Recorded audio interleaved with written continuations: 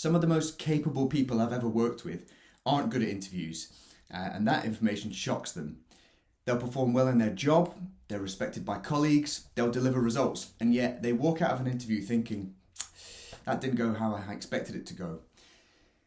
So let me be direct. Being good at your job and being good at interviews are two completely different skills. And if you don't treat them differently, you'll lose to people who do. This is Mente Inside Recruitment.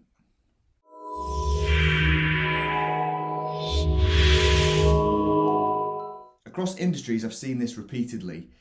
Senior managers, technical specialists, entry-level candidates, operations leads, people with 10, 15, 20 years of experience. What they do is they assume that experience will carry them.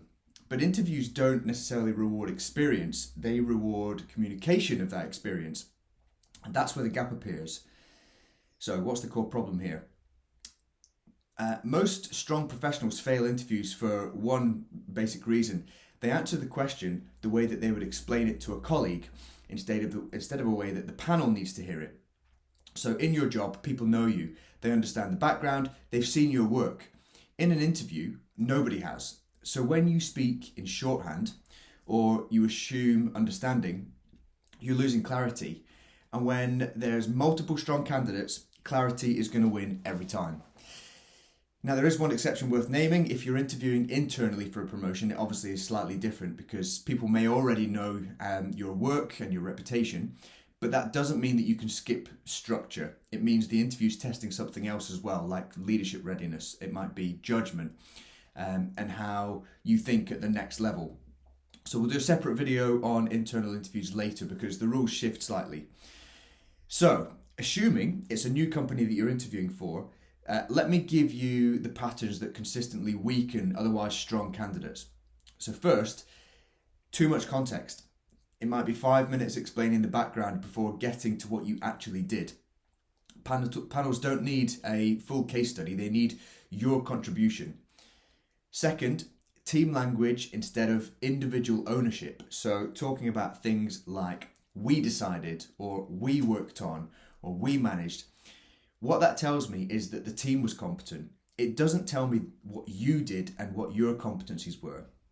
Okay. Third, lacking in measurable impact. So answers are really vague and they'll end with things like, and it worked well, right? That's not evidence.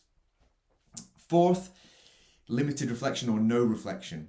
So one thing that you notice is that highly capable professionals often forget to show their learning. But learning demonstrates growth and growth reduces hiring risk. So here's what you need to do. You're not there to describe what happened. You're there to demonstrate capability. That means that every answer needs to do three things. It needs to show judgment, it needs to show action, and it needs to show outcome. If one of those is missing, the answer becomes weaker. In the last episode, we talked about structure. Many of you will know the STAR method, and to be fair, it works, right? But here's where experienced professionals go wrong with it. Sometimes they'll overinvest in the situation and the task because they might care about the nuance, right? Panels, or the interviewers, care about impact. So here's the elevated version that I want you to think about and use. You start with outcome, then context, action, impact, and learning. I'm afraid there's no fancy acronym like STAR, but it is still a structure worth using if you want to give yourself the edge, okay? So you open with the outcome, then you briefly set the context, then you go deeper into your action, then clearly state your impact, and you end with learning.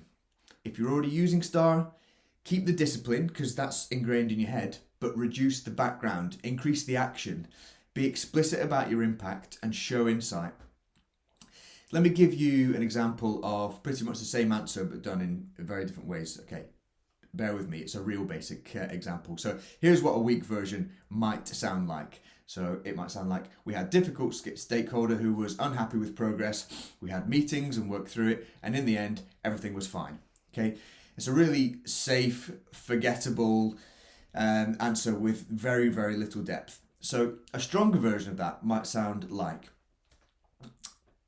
I made the team more efficient. Okay, that's starting with your outcome. So you're setting the scene. You've got their interest already. A stakeholder's raised concerns about progress. and it was starting to escalate. That's the context to what's happening here. I set up clear weekly updates, agreed 3 priorities and confirmed who earned each action so that nothing drifted. I also flagged early where we were at risk and offered 2 options: what we could deliver on time and what would need more time. That's the action that you took. As a result, we delivered what mattered most. The concerns stopped escalating and the team had a clearer plan. There's your impact. What I learned was that people cope well with bad news. They don't cope well with uncertainty. And that's your learning, okay? That answer is really, really scoreable. It shows your action, it shows your judgment, it shows your outcome, and it shows, importantly, self-awareness. And here's why all that matters even more now. In a less competitive market, personality and potential can sometimes carry you further than it might do, okay? In a tight market, you need everything. You need presence so people trust you. You need potential so people can see where you're heading. And you need evidence so that they can justify hiring you. Evidence, bizarrely, is the part that a lot of candidates undercook. That's why that is something that becomes the difference maker. It's those details. Panels are asking themselves one silent question, okay? They're asking, if I hire this person, can I justify that position, that decision? Your answer either makes that really easy or it makes it difficult.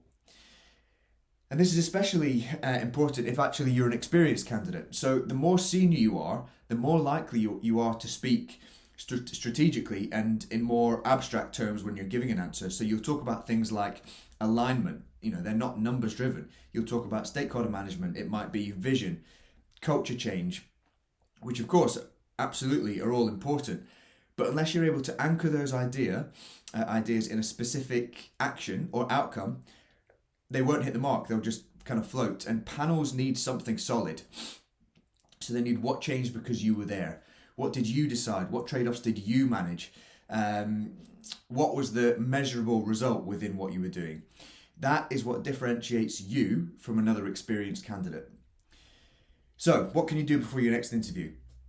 Here's what I want you to think about. Here's what I want you to do. Take 3 competency questions that you're likely to be asked.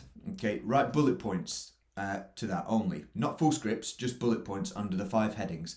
And the 5 headings again are outcome, context, action, impact, learning.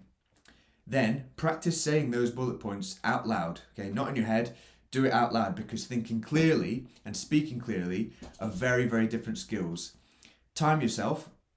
If your answer is longer than 2 to 3 minutes and still unclear, you need to refine it. Concise confidence is really powerful and might just be the difference of getting that job. So, if you're recognizing some of your traits in this video, there's no criticism there. This is about awareness. Interviewing is performance under evaluation. It's not the same as doing your job. In the next episode, we're going to talk about the first 5 minutes of an interview, because whether people admit it or not, impressions form quickly. And once formed, they are very, very hard to reverse. So if you want to make sure your capability isn't lost in translation, subscribe. We're building the skills most professionals were never formally taught, okay? I'll see you in the next one.